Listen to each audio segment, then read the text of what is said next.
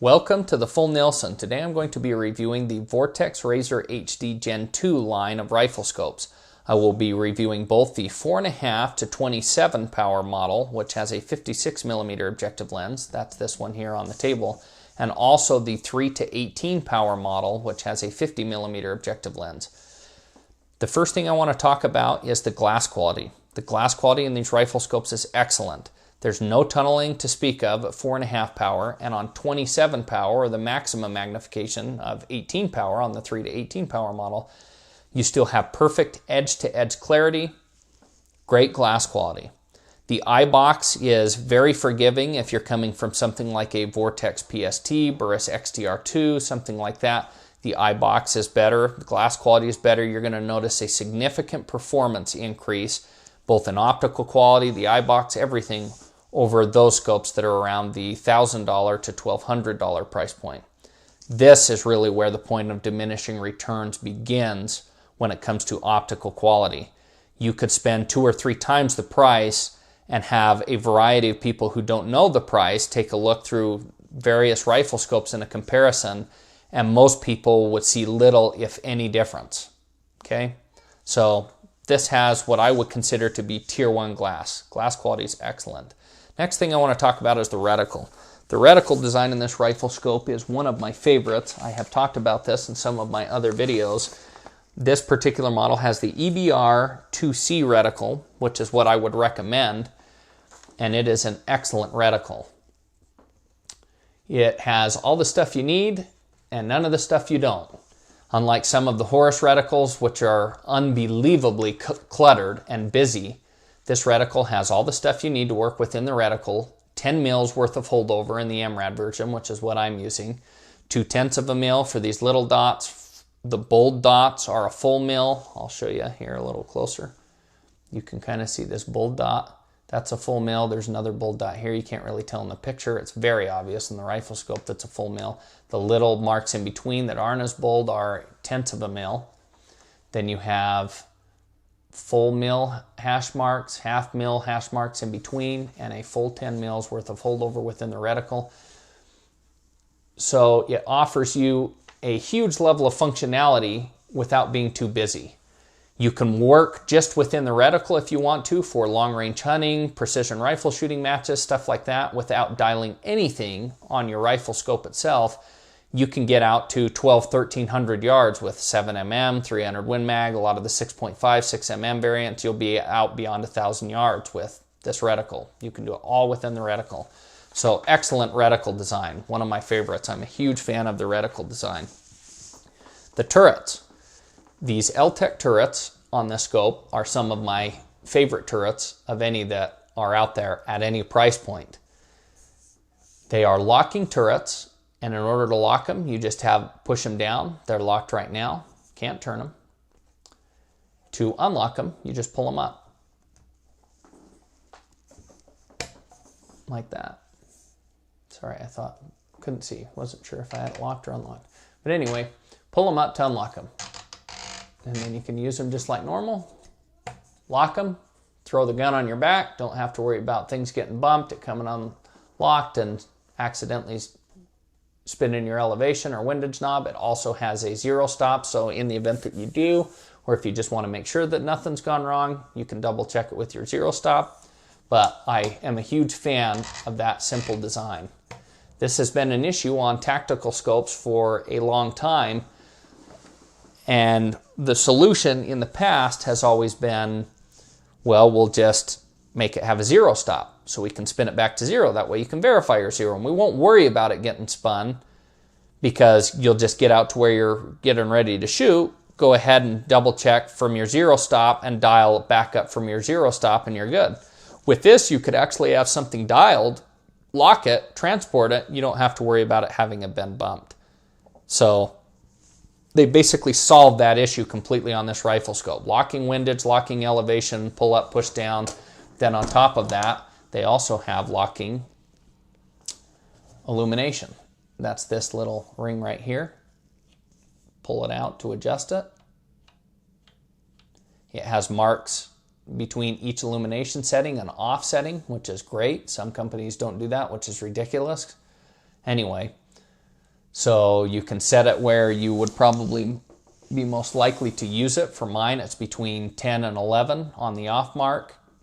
Push it in and lock it. Don't have to worry about that accidentally getting turned on while I'm hiking, anything like that with this rifle scope. So very well thought out design all around with the turret setup, the illumination, everything. You're not accidentally going to turn this thing on or turn the illumination on, run your battery dead, or accidentally spin your turrets. You have redundancy there in that you have a zero stop and the ability to just lock them down. This is the best locking turret design of any design I have seen on the market. There are a few companies that are copying it to a certain extent now. There are also companies that are coming up with new stuff that's kind of goofy in my opinion, like the Night Force Beast. Awesome rifle scope, but they put this turret brake on top, which is a separate knob that you push down and spin, and then it locks your turret so that your turrets can't be turned. Adds an additional level of complexity that just doesn't need to be there. This is the way they should be designed. Super simple, pull up, push down, simple as it gets. That's my favorite design of any that are available on the market. So, huge fan of the turrets. The turrets are also very tactile. They have great knurling here on the turrets. When I say tactile, what I mean, for those of you who may be newcomers, is when you dial something, I don't know if you can hear that, but a very positive, I want to call it a D10, and I guess that is what I'm going to call it for the sake of this video, very positive. There's no mush between what you are dialing on your turret, or there's no mush in the turrets at all. They're super tactile, and the circumference of the turrets, I have found, coming from turrets that are usually smaller in circumference, actually makes it easier for me to be precise when I'm dialing quickly. And that may sound kind of goofy to some people because a smaller circumference oftentimes means you can dial faster, but as far as actually hitting the right tenth of a mil or the exact right spot that I'm after on my turret, that larger circumference actually aids in that area, in my opinion. So turrets are excellent design, my favorite design of any rifle scope on the market. Illumination is not daytime bright, but is extremely evenly lit. There's no part of the reticle that is not illuminated, which is great. Makes it to where when you go to use it in terms of, and I've seen some reticles that do this, they're like, well, in low light, when you turn your illumination, we'll just have one dot in the center that's illuminated. Or we'll only illuminate, the axis, the elevation axis. I'll show you this picture here again. So some companies will only illuminate just the center. Some companies will only illuminate the main V-plex, essentially, of the reticle, or the main axis of the reticle. This reticle illuminates everything, including all of your windage holdover in the lower quadrant of the reticle. So, excellent illumination design. As I mentioned, not daytime bright. Who cares? Like, seriously, what people want a glowing bright reticle when they're shooting and it's daytime? A black reticle contrasts perfectly fine. Now, some of you may say, well, what if I'm shooting, in against a dark background or a black background? The illumination will be just fine on this. Okay, so that's not something you need to worry about. If you're going to be shooting against a dark background or shooting in low light, dawn, dusk, anything, the illumination's no problem. If you're shooting in broad daylight out in the middle of the desert, you don't really need to be able to see a glowing red reticle. Your black reticle will probably contrast just as well, if not better, than a red reticle. So I don't get that part. But illumination's excellent. The build quality overall on this rifle scope is top-notch. Super robust. Between the turrets, everything on it just feel extremely well built. I know Vortex's quality control with the Razor HD Gen 2 line is excellent. My understanding is they inspect every one that goes out the door. They don't just batch test them or anything like that, where it's like we'll test one in every 100 like you may see on lower tier optics. They have professionals that look through every one. They check all of the tracking, everything on them to make sure they are mechanically perfect, or as mechanically perfect as they can be. Quality control on these things is top-notch. The build quality is exceptional. Now, that leads me to the potential drawbacks for this rifle scope. And that's kind of going to depend on your application, but weight could be one potential drawback. It's not a big deal for me. I look at weight as a trade-off. Usually weight means my optic is more robust. Now, that's not always the case, but I found that to be the case in more times, so many times, that I would much rather have a scope like this that I trust because it's built like a tank and put up with a little bit of extra weight than I would have an ultra lightweight optic and find out that the thing is not reliable or it breaks or whatever. So that could be a potential drawback depending on your application. If you need a really lightweight hunting rig, this scope is probably not going to be conducive to that overall build because of the weight. Then you might want to look at something like a Vortex AMG, something like that that's lighter for that application. But aside from something like that, it's a trade-off in my opinion, but it is a potential drawback, something to be aware of. The weight on these is like 42, 44 ounces, somewhere in that range. You'll have to look it up on Vortex's website and make sure. I can't remember off the top of my head. The other potential drawback, before I talk about the 3 to 18 power model, is the total elevation adjustment.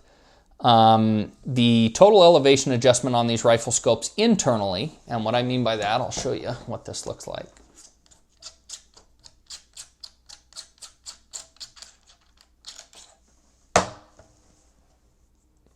The total elevation adjustment, so the way you zero these things is you actually undo 3 screws in the turret cap, put a flathead screwdriver in here, and then you can turn this thing independently of the turret out here on the outside.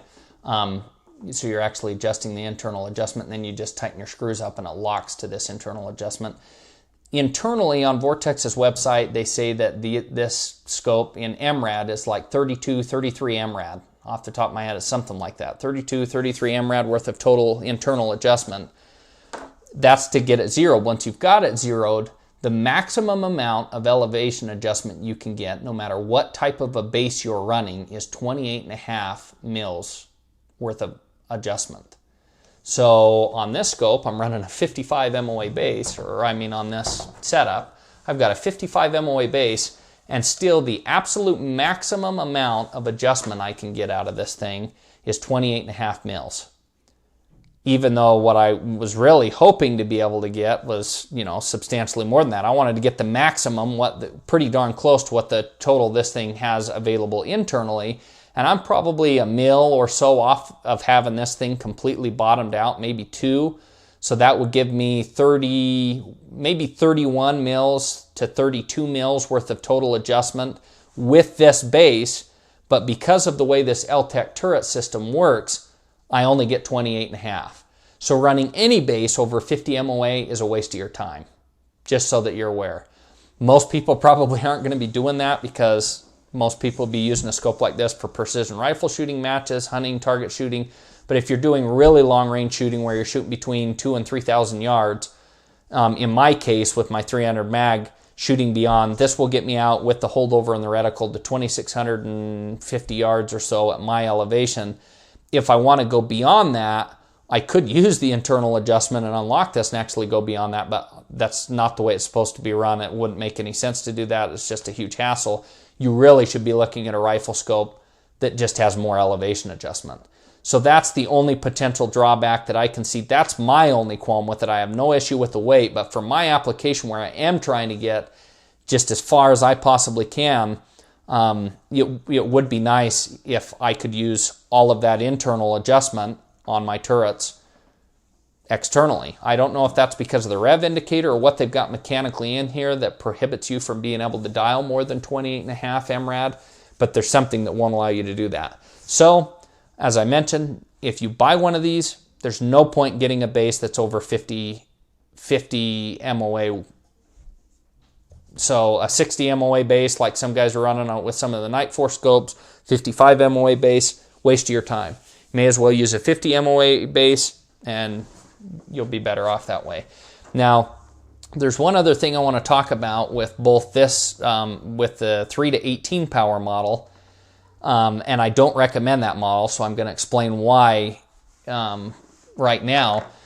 But I want to mention a few things about that, and then I'll conclude this review. So with the 3 to 18 power model, one of the things that I noticed that was a problem, and it's the reason I no longer have it, is if you are running a severely canted base, and this is a thing with pretty much any optic, I just found it to be especially an issue with that 3 to 18 power Gen 2 Razor, is that if you're running a base that's this severely canted, like a 55 MOA base, and I had that scope on here for a little while, you essentially have the internal adjustment of this rifle scope maxed, which means the erector tube assembly in here is going to be pretty much, it's going to be canted very severely, and that results in some loss in optical quality. When you're looking down range, things aren't going to be quite as clear when you have your rifle scope dialed to the maximum elevation or completely bottomed out internally. Most people are usually using a base that's a 20 MOA base or just a plain base, and so you don't notice things like that. When you get into long range or extreme long range shooting, those things become potential issues. With the 3 to 18 power model with a 55 MOA base, the optical quality was so bad at 100 yard zero that I got rid of it. It was that bad. It wasn't completely unusable, but pretty darn close. The 4.5 to 27 power model here does not seem to have that issue. I've tested plenty of other rifle scopes that don't seem to have that issue. Now, what I mean by that is they still lose. The optical quality won't be as good with this with a 55 MOA base and 100 yard zero as it is if you have it dialed, dead even to whatever the right smack in the center of the elevation adjustment is on this thing. Okay, so hopefully understand that aspect. But this one is still what I would consider to be totally usable, looks great, even with a 100 yard zero with a 55 MOA base. Looks a little bit better if you were running like a 55 MOA base, or if you have 5 MRAD dialed on it from what I've got it now. If I dial 10 MRAD, looks probably a little bit better still. Where you get the best optical quality is when the alignment of your erector tube assembly is perfectly aligned with all of the lenses in your rifle scope. Anytime you have anything dialed above or below that, it's essentially bending the light, or you're going to see a reduction in optical quality. You don't perceive that until you get to a huge extreme, like I have found with these rifle scopes, when you're running them completely to the bottom or completely to the top.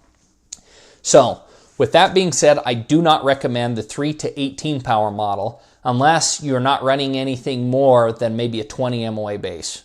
Maybe, I never tested it on like 40 MOA base, but I found that probably from my zero, which was maybe 2 mils off of having it completely bottomed out with a 55 MOA base, probably until I dialed 10 mils or so, the optical quality did not improve to a point to where I would consider it to be really good or close to on par with the 4.5 to 27 power model. In fact, these optics are so close in price, I don't recommend that model at all because of how close they are in price. If you're going to spend $2,200, $2,300 on the 3 to 18 power model, save the extra $200 or $300 and buy this model. It's better at every magnification range. If you're running at, at either extreme of elevation, having it completely bottomed out for elevation, or at its max elevation, you're not going to have the same loss in optical quality on this scope that you're going to have the 3 to 18 model. I don't recommend that model. I don't own one for a reason, or I don't own one anymore because of this reason. So this 4.5 to 27 power model is better in pretty much every way. So that's kind of my spill on that. That concludes my review of the Vortex Razor HD Gen 2 rifle scope line. I hope you guys enjoyed the video and found it informative. If you guys have any questions or comments about this video or anything else, feel free to leave those in the comments section below. Thank you for watching and have a nice day.